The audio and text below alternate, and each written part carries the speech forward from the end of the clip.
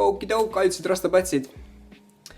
Need on siis 2 kuuks sinu enda juustesse sisse punutud pikendused, samuti valmistatud kanekalonist. See on selline sünteetiline juuksekiud. Neid tuleb ka erinevates toonides. Mõned valmistavad neid tegelikult teistest materjalidest ka, näiteks vill. Need on siis heaks variandiks nendele, kes ei soovi veel päris rastapatse kanda, võib-olla kardavad pühendumist või ei ole kindel, kas see sobib või ei sobi, või nendele, kes soovivad oma soengut tihti muuta, või nendele, kes on liiga noored ja nende vanemad ei luba nendel päris patse veel saada. Need on erinevaid tüüpe, peamiselt siis double-ended, selline, 1 pikendus, 2 patsi, ja single-ended. Pikendused valmistan ma ise, kuigi neid saab ka tellida näiteks dreads4you.comilt. Sel juhul lihtsalt anna teada, millal need kohale jõuavad ja ma pakun siis punumist. Mis vahe on double-endedil ja single-endedil? Double-ended annab tulemuseks rohkem patse, aga nad on ebamugavamad, raskemad, neid on rohkem. Single-ended patsid on veidi mugavamad, aga neid on vähem. Nad näevad rohkem päris patside moodi välja, sellepärast et nad võtavad sektsioonina sama palju pindala nagu päris rastapats. Enamasti olen siis double-ended tüüpi patsidega pununud terve pea jaoks 45-50 double-ended patsi, ehk tulemusena 90-100 patsi. Ja pealae jaoks pununud tavaliselt siis single-ended tüüpi patse, umbes 17-30-35 patsi. Pikenduse otsad saab teha kas lahtised või tõmbid, nii nagu soovid. Pikkus, paksus, toon, kõik on reguleeritav, nii nagu soovid. Ja juhul, kui 2 kuu pärast sa tunned, et sulle meeldib see soeng ja sa tahad päris rastapatse, siis juhul, kui need pikendused on tehtud minu poolt ja nad on kas peenema või keskmise paksusega, siis me saame kergelt need samad pikendused ära pesta ja teha ümber püsipikendusteks. Püsipikenduste kohta on eraldi infovideo. Check it out. Double-ended patside punumine toimub siis sedasi. Minu meelest on see kõige parem meetod, seda nimetatakse prantsuse meetodiks. Sedasi on sisse punutud juuksed võimalikult koos ühes kohas. Ma teen sektsiooni, pihustan sinna sektsiooni peale täiesti tavalist vett. Selle jaoks, et vesi hoiaks juukseid rohkem koos, et tekiks ilus punutis. Poolitan sektsiooni 8-võrdseks osaks, panen 1 double-ended patsi sektsiooni keskele, valin millise pikenduse poole ümber ma juuksed punun, hoian pikendust pead ligi ja hakkan punuma sedasi. Kui jõuan punumisega lõpuni, siis ma kasutan väikest kummi, et otsad kinni panna.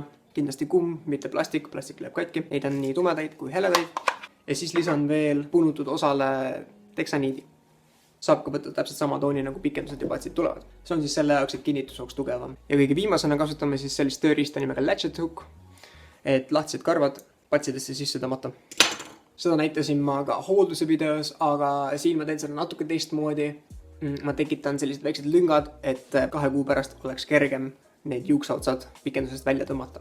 Single-ended patside punumine on sisuliselt sama, lihtsalt algus on teistsugune. Võtan sektsiooni, pihustan selle märjaks, teen sektsiooni pooleks, 8-võrdseks osaks ja siis võtan selle sama konksu pikenduse, panen konksu siit läbi, võtan 1 salgu, tõmba selle läbi, siis mul on pikendus ja 2 juukse salku ja siis hakkan punuma. Ülejäänud on sama. Nagu näha, siis nähtavale jäävad punutud kohad.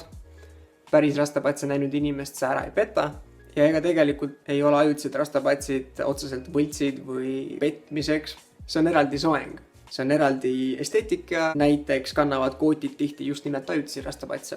Siin videos kasutasin ma meelega heledaid patse tumedate juustega, et näidata, mis täpsemalt toimub.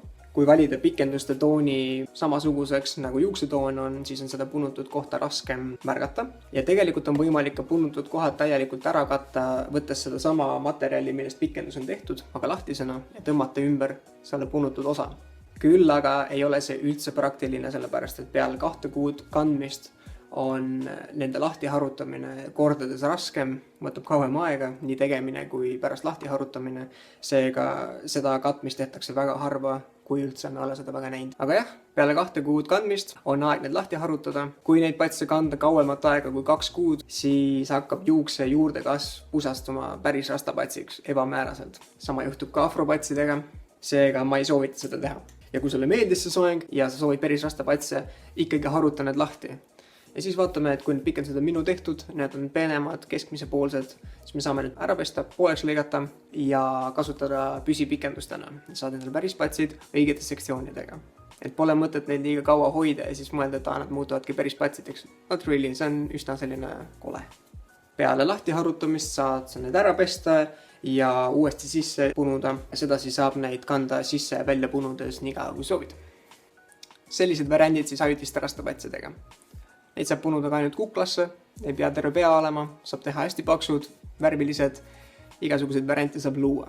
Jäta like, jäta kommentaar, ma vastan sellele, telli kanal, kui sind huvitab see teema. Ja kui sa soovid endale rastapatse, kas siis ajutisi või päris või pikendustega, mis iganes, kirjuta mulle oma sooviga Tanera Dreads rastapatsid Facebooki lehele. Näeme! And abundance shall flow forever.